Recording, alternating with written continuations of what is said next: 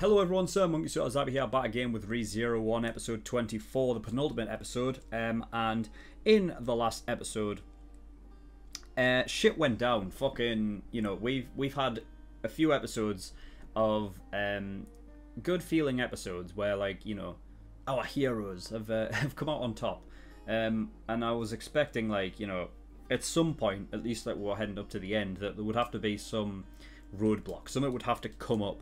And of course it fucking did.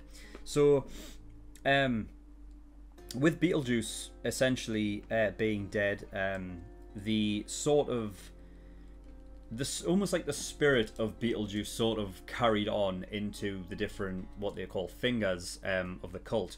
And after, I guess, there was no more, it transferred to Subaru. So, nuts.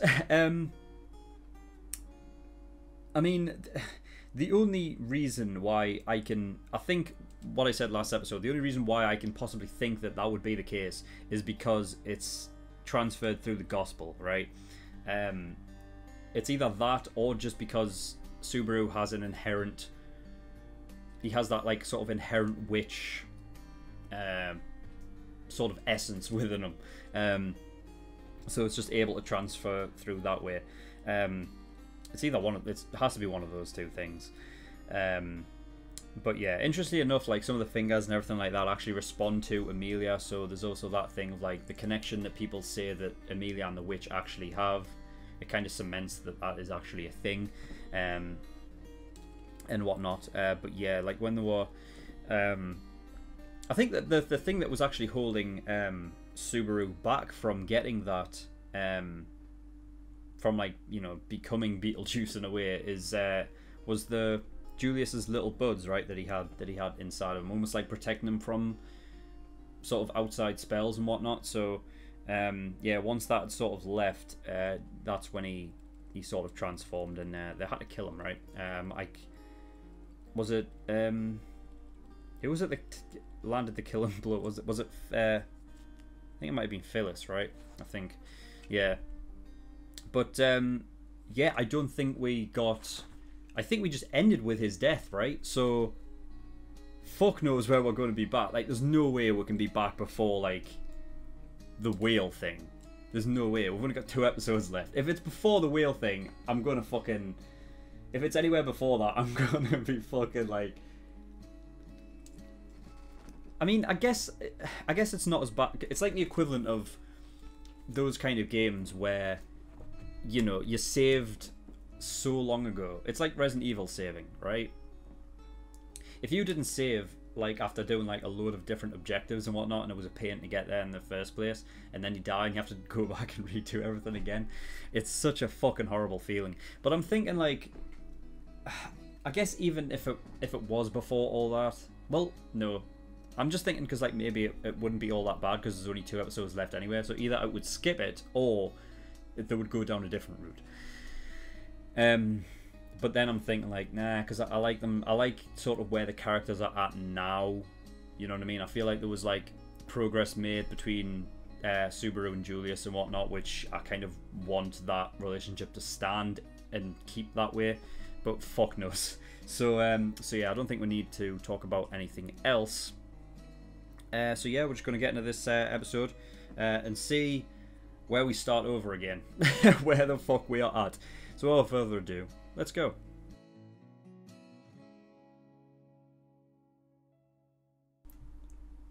Sweet.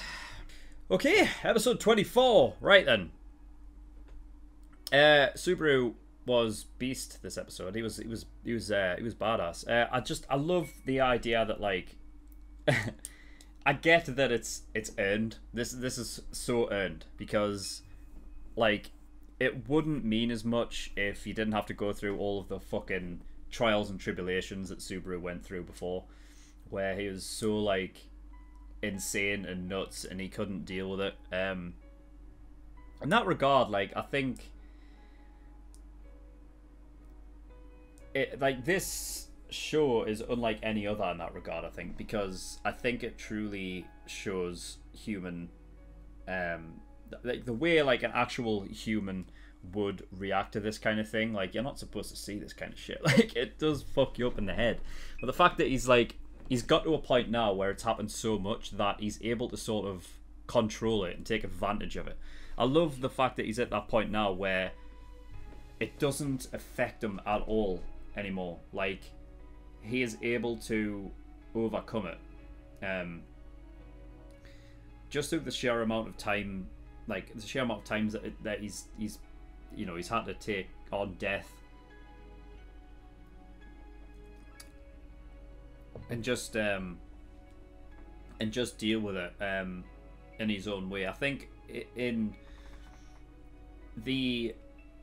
what I'm saying is that the characters around Subaru are the physical strength, whereas because Subaru is not like, you know, the title says it, self-proclaimed knight, right? He's not actually a knight. He doesn't have the abilities of any knight. He doesn't have any real ability other than to use the witch's scent to his advantage if he can.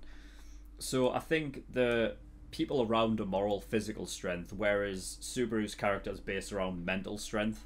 And you've kind of saw him, whereas like in, for example, different shonen anime and stuff like that, where, you know, let's just take MHA because, you know, I've reacted to that. It's the obvious one to go for.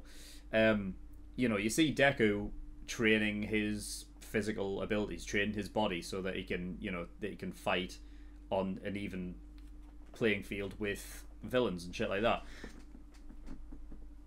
It's the same with Subaru, except he's doing it with he's doing it like mentally, and even more so, he's not doing it consciously. It's just because he has to get over it, and it's sort of like, it's just it's almost like growing up in a way, where if you're not like, as opposed to like, you know, if you're, I don't know, you go to like karate lessons or something like that, then you're going out there purposefully to learn karate, or to, you know, for like self-defense reasons, whatever it is, as opposed to like growing up and you kind of learn through experience. And I feel like that's more what Subaru kind of goes through. It's sort of just, it's, you know, it's learning through experience.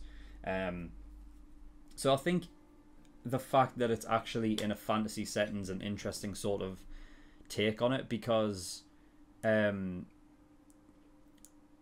feel like it's an incredibly sort of human story based in a different world, because I think it sort of relates to a lot of people, even though it's so outlandishly fantasy. You know what I mean? It's in a world that doesn't exist, and like our brains couldn't, like, I mean, well, our brains can comprehend it because we told stories about it. But if it was to happen in real life, like I think that's the biggest, the best thing that this show does is Subaru by far, especially the voice actor as well, because like, honestly, I can't give him props enough. Like, that guy to put across, and it's more or less the times when he's like insane, when he was nuts, because to pull that off, like, honestly, like I've said before, like, this show, in those episodes, like those you know,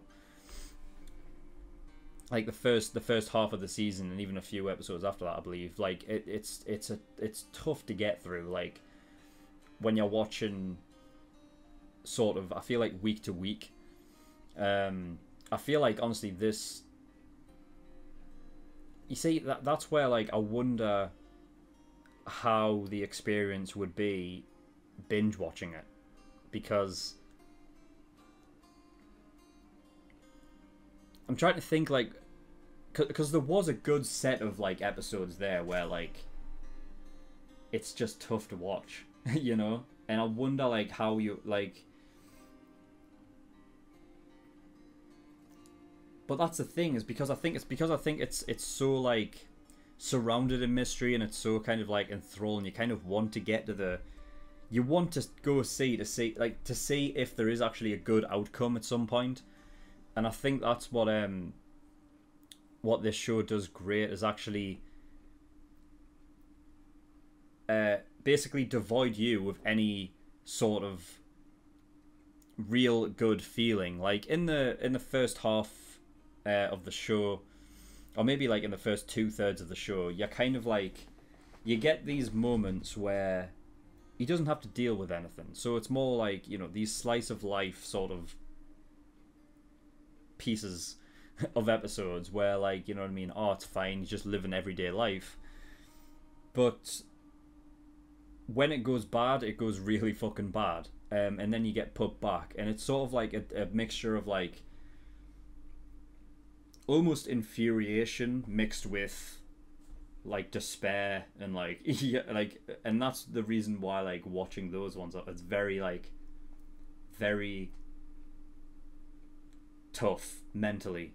But I think that's just part and parcel of the show. I think the fact that it makes you think that way, like, it makes you feel that, is all credit to the show, because I think it's done on purpose. Like, I don't know, like, I'm trying to think if there's any show that I have watched where you actually feel as much like the character does.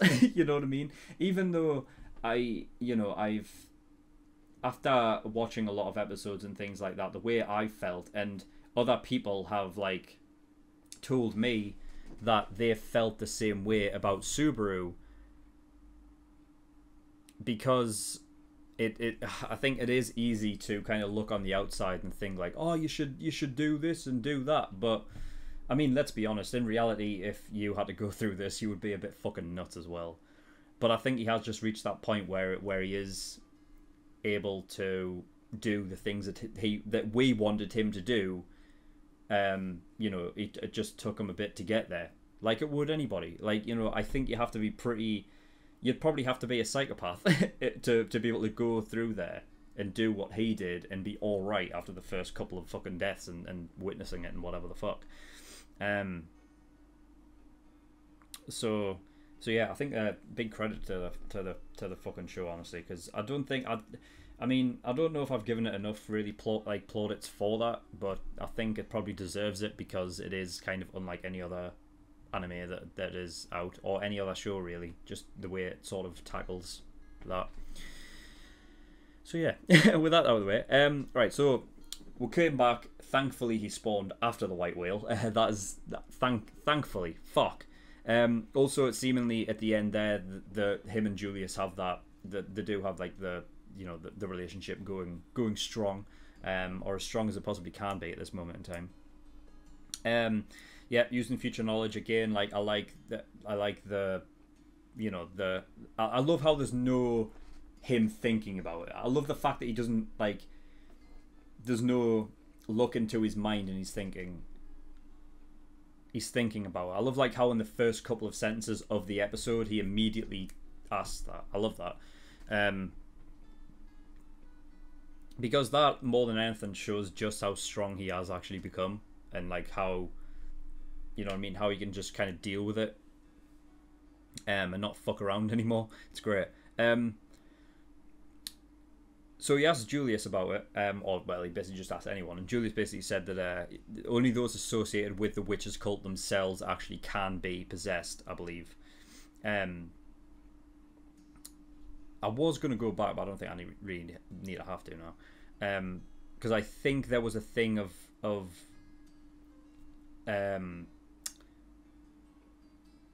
where he was basically saying, like, oh, the only reason why somebody would be possessed if they were actually involved in a witch's cult.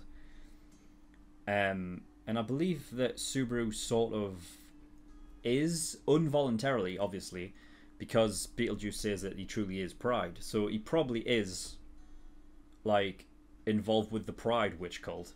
He was probably, like, that's how he is, like... You know what I wonder? Like, what if the archbishops are all like Subaru? Like, what if they are brought in from, like, the human realm and they are all like Subaru, but they've gone insane because of the shit that they've had to witness, like Subaru did, but Subaru's kind of almost being able to overcome it. I wonder. I mean, I wouldn't be able to say that because to me, Beetlejuice just looks like a fucking like he looks like he just belongs in fantasy. Like I couldn't imagine Beetlejuice actually being a guy who was actually a human in the real world. You know what I mean? But we don't know how long he's been there. If that is the case, it's just a theory I'm throwing out. But we don't know because literally the sloth group is the only group that we've ever seen. So I don't know. I mean, I don't know if they're even going to continue this story. I feel like there's so much more. I mean, there's the whole thing about getting like there's only one more episode left. We're not going to get like Amelia or one of the other candidates on the throne. There's so much more to go. You know what I mean? I haven't heard anything other than there's like an OVA, I think, right? I don't know. But yeah, so apparently only associated with the witch's cult. I think because he is actually involved in Pride. That's the reason. Maybe I guess. If there's no fingers left, it transfers to a different cult. Who knows? But also there's a thing of like taking out the fingers first and then taking out the Archbishop last. So that kind of breaks the cycle. So it would never go to Subaru after that point because the Archbishop was killed last, maybe. Who knows? I guess we'll go with that because they have changed it around. And they have killed the fingers at this point, right? And there's only the Archbishop left. I imagine. I'm sure we'll get that information 25. If Beetlejuice is finally fucking vanquished, finally fucking we can get rid of him. I feel like it wouldn't even matter because even if there was a season 2 and it was a different fucking witches cult, I would like if like the different witches cults had different personalities about them, you know? Because fucking hell, like dealing with that guy is like exhausting. So yeah, and then like so not only right back to when Subaru like using future knowledge, the idea of like possession and things like that is that like does that actually happen? And then without even him telling us, I like that as well. I like telling like about they sent Wilhelm to straighten out the blank letter ordeal without even like a scene where Subaru is talking about it. I love the fact that it just appears. Like, and it's just like, oh, Wilhelm's there. Oh, wait a minute, why is he there? Oh, yeah, the blank letter thing. I love that. I think that's really good. So, after all of that talk, he basically came there. He's talking about how evacuating the villagers and stuff, and that half would go to the capital, while the other half go to the sanctuary. Now, I'm pretty sure we've never seen the sanctuary before. I'm sure the sanctuary isn't just the manor, or the mansion. I believe in an episode previously there was one where Subaru came alone, right? And I think it was the one where he touched the door handle or something and his fingers froze off and whatever and then he froze. Is that the sanctuary? So is it like a place under the mansion? Possibly? I don't know. But either, I don't think we've seen inside the sanctuary, put it that way. I'm pretty sure we haven't. And yeah, Subaru being the messenger, I had no fucking idea about that. Like, I didn't know until it was obvious. So yeah, because it didn't sound like the guy. I'm pretty sure it didn't anyway. Or maybe it was because I would never assume that Subaru would ever, like, purposefully hide himself. You know what? Now that I'm thinking about it, this is probably like, this is a big thing for Subaru now, because now not only is he mentally stronger, I guess this kind of goes hand in hand with him being mentally stronger, but beforehand he would be so, remember the whole thing about it turning on a dime and being like, he was making excuses for doing things for Amelia's sake, but the reason why he was doing it was actually for himself. It was a selfish act. He wanted to be seen he wanted to be the hero for Amelia, right? That was basically what it was. So it was like a selfish act in a way. If this was the Subaru from before, I guarantee he would have like come in like as Subaru. But I think the fact that he did it with the robe that has the recognition thing on it, the spell that so you can't be recognized in it. I think that actually shows a lot, and I think the fact that they didn't point that out, but I'm kind of thinking about it now. I think it makes sense. Like, he doesn't need to be seen as, like, you know, the person who's doing everything. You know what I mean? I feel like he's now kind of reached a point where he's not doing things for selfish reasons, but he is actually doing things for the betterment of other people. So, good. So yeah, it was revealed that they actually use the media stuff, or media. I think it's media, right? So things that fuck, I can't remember. They described it like real early on, like first few episodes, I'm sure. I fucking know I did. I just can't remember who's the one that taught them it. It might have been episode 1. Yeah, it was. A magical device that allows the use by non-magical users. That's what it means, right? Okay, so I guess they're just like, because I figured they're kind of rare, aren't they? They're like rare things. Interesting that that's how they use, like, that's how they communicate though, like between the witches cult, like using media. Because I thought, like, if you are a part of the cult, even if you're just a goon, that you would be fine any, like, you would have some magical abilities anyway, right? Although maybe they just don't have any, like, spells that allow for communication long distances, possibly. I like how it's FaceTime though. It's basically what it is. It's like a makeup mirror, but, you know, it's FaceTime. Flip phone. Pretty much exactly the same. So yeah. The rope having a recognition spell on it. That is interesting, considering the fact that there's a fucking fly buzzing around. It's a little one. Little fucker. I'm surprised Petra knew then. I feel like she's, like, very observant. like she just knows, like, you know what I mean? Just very perceptive about things, because she recognized that it was Emilia that one time. I can't remember if Emilia was actually wearing that hood though when she was out in the village. It might have been. But even so, yeah, fucking Subaru was wearing it there, and she knew exactly who it was anyway. So there you go. She's very perceptive. Otto returned for I don't know what. I feel like they captured him thinking he might have been involved with the enemy or whatnot, and then there was a scene where, like, he was standing with the rest of them, and he's kind of like just, I guess, in on it now. Like, even though, like, Otto doesn't know who it is or anything like that. How have they got him involved in it? Like, no. It's just, I don't know. And then Subaru going up and, you know, willing to join the ranks and whatnot, just to lure him out, and then get run over by Patrash or whatever his name is, the dragon thing. And then we had Beetlejuice basically say that the witch using others as a vessel.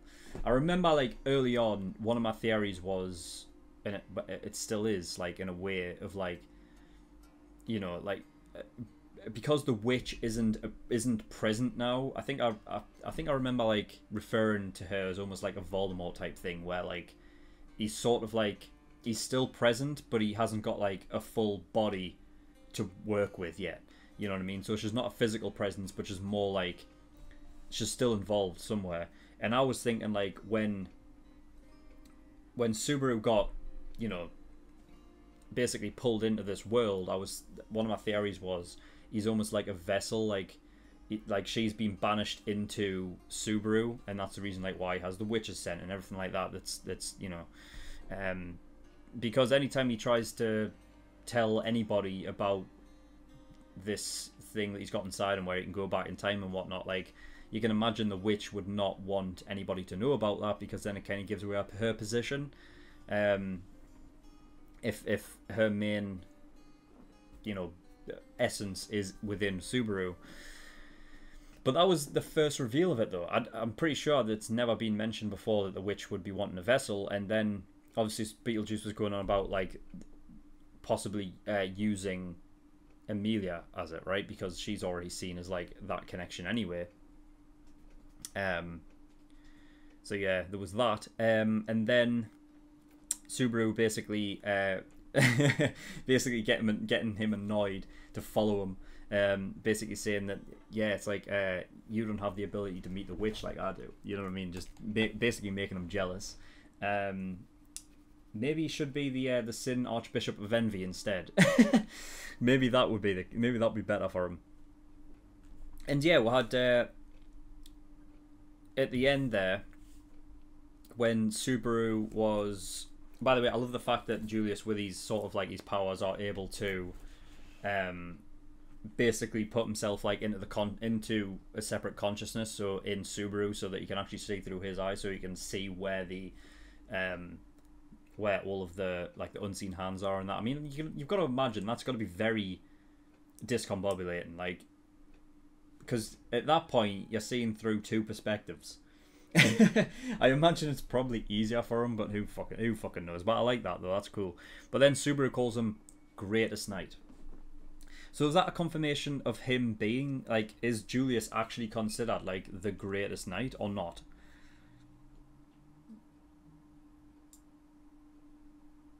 I don't know if that's actually a thing, because it could be, but... Or is it just like Subaru's... I don't think Subaru would ever admit that, would he? I think if anyone, he would call, whatchamacallit? Who's the guy that we haven't seen before? The one who's now Thingy's Knight. You know who I'm talking about already. But I need to go have a look. He must have turned up in like episode 3 or something. Reinhard. Yeah. I'd imagine it'd be him out of anything, because I feel like he's sort of like, you know, whilst Subaru and Julius have like now got this sort of like bromance thing forming, it's still based upon like insulting each other and everything like that. So he would never admit it. But so either, I don't know, even I guess even there's a case for like, even if he was the greatest knight, he would like, Subaru would never admit it either. So I don't know. Maybe their bromance is like more developed than I actually think it is. But yeah, that is all. So that is all for today. Next week will be the finale. So yeah, I can't wait for that. I would do it now, but it's getting like really fucking dark, and I don't think I have time because I have some videos to edit. So apologies for the wait, but the finale will be next week. And then we'll see what we have after that. I'll let you know next week. But that is all. So thank you everyone for watching. In the description below, links to certain things. Discord, if you want any information regarding any of the stuff that's going on my channel, then that's where you want to go. Also, I'm over there and the community's over there, so come over and chat to us. We really are a merry bunch. Full length. No, why do I keep doing this? This is the second time I've done this. No. Like, honestly, the episode that I recorded before this, the 7 Deadly Sins, I did the same thing. I fucked it up. SirMonkeySuit, my website. Get yourself over there. That's where all my content is. So get over there, become a member. And Patreon. So I do have a Patreon. If you do want to support me, that would be very much appreciated. There's a bunch of different tiers and rewards depending on how much you want to support me with. So there's the early access, $5 a month. It means you get access to shows a week early. And you get 4 episodes of Fate every single week. $10 a month, that is the full length. So that gives you access to my full length library. Everything that I have to gets a full length. $15, that is the exclusive tier. That gives you access to a bonus show, which of right now is 7 Deadly Sins. So if you want to watch me react to that, you want to become an exclusive tier patron. $50, that is the elite tier. That gives you a choice of a show that you want me to react to, and I will react to it. It will go at the back of the list by about 7 shows. Might take me a while to get around to it, but I will do eventually. But if you don't want to wait that long and you want your show to be reacted to next, then you want to get God tier, which is $100. But that is all. So thank you for watching. I'll see you all next time. Bye bye.